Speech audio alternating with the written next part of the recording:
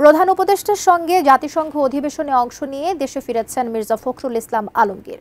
৩ October রাতে হযরত শাহজালাল আন্তর্জাতিক বিমানবন্দরে পৌঁছান তিনি। এ সময় নির্বাচন প্রসঙ্গ সহ নানা বিষয়ে সাংবাদিকদের সঙ্গে কথা বলেন তিনি। শুধু জাতিসংঘ অধিবেশনই নয়, এই সফরে আরও বেশ কিছু উদ্দেশ্য ফলপ্রসূ হয়েছে বলে জানান বিএনপি মহাসচিব। ঠিক কী বিষয়ে সাংবাদিকদের সঙ্গে কথা বললেন তিনি, তা নিয়ে বিস্তারিত জানাচ্ছেন লিমা সায়ন্তী।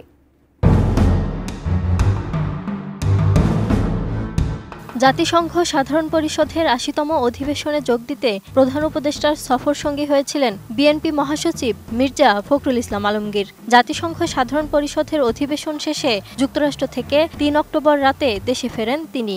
এরপর হযরত শাহজালাল আন্তর্জাতিক বিমানবন্দরে সাংবাদিকদের সঙ্গে কথা বলেন বিএনপির মহাসচিব। আপনার উপস্থিতিতে সেখানে একটু অপ্রীতিকর ঘটনা ঘটেছে। আমরা একটু খুব বড় মনে করি, এটা বাংলাদেশে অতীতেও ঘটেছে এবং এটা হচ্ছে আওয়ামী লীগের একটা কালচার। এ সময় আগামী ফেব্রুয়ারিতে জাতীয় নির্বাচন আয়োজন নিয়ে কোনো শঙ্কা নেই বলে সাংবাদিকদের জানান তিনি। এ সময় বিএনপির ভারপ্রাপ্ত চেয়ারম্যান তারেক রহমানের দেয়া নানা দিক নির্দেশনা নিয়েও কথা বলেন তিনি। নোভা এলইডি টিভি, ঝকঝকে ছবি, নিখুঁত শব্দ, ৫ বছরের ওয়ারেন্টি। নোভা মানি, সঠিক মান, নিশ্চিত সেবা। তিনি সাংবাদিকদের বলেন, তারেক রহমান যেভাবে নির্দেশ দিয়েছেন সেভাবেই নির্বাচনের জন্য প্রস্তুতি নিচ্ছে বিএনপি। তিনি বলেন, দেশের গণতন্ত্র উত্তরণের এই প্রক্রিয়ায় গোটা পৃথিবীর সমর্থন রয়েছে। বিশেষ করে গণতান্ত্রিক বিশ্বের পূর্ণ সমর্থন তাদের সঙ্গে আছে বলে জানান তিনি। মাননীয় প্রধান উপদেষ্টা তিনি জাতীয় ঐক্য প্রদর্শন করবার জন্য কয়েকটি দলকে তিনি আমন্ত্রণ জানিয়েছিলেন। সেদিক থেকে এটা অবশ্যই একটা সফল হয়েছে।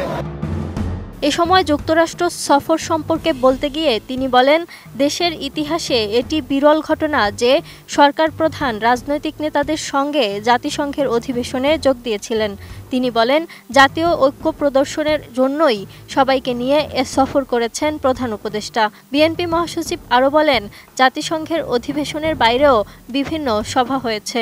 বিশেষ করে প্রবাসীদের উপস্থিতিতেও বৈঠক হয়েছে, যা বাংলাদেশের জন্য অত্যন্ত ইতিবাচক।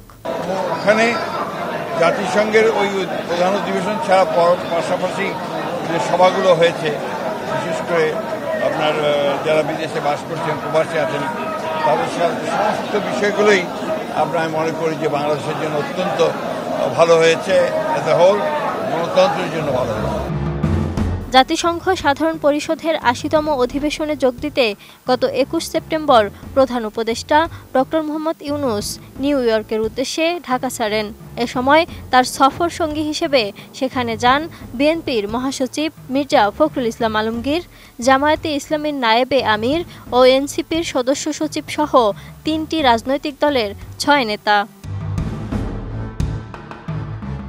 Lima Sayanti, ATN news.